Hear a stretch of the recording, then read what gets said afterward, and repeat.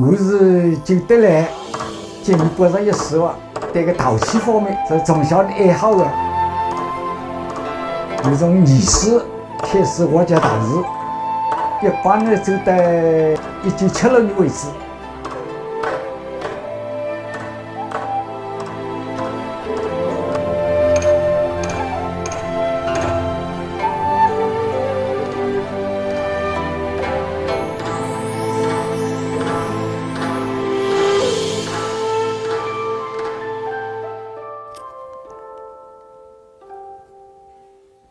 爱我呢都是亲戚后代、朋友在爱我布置的，还给布置。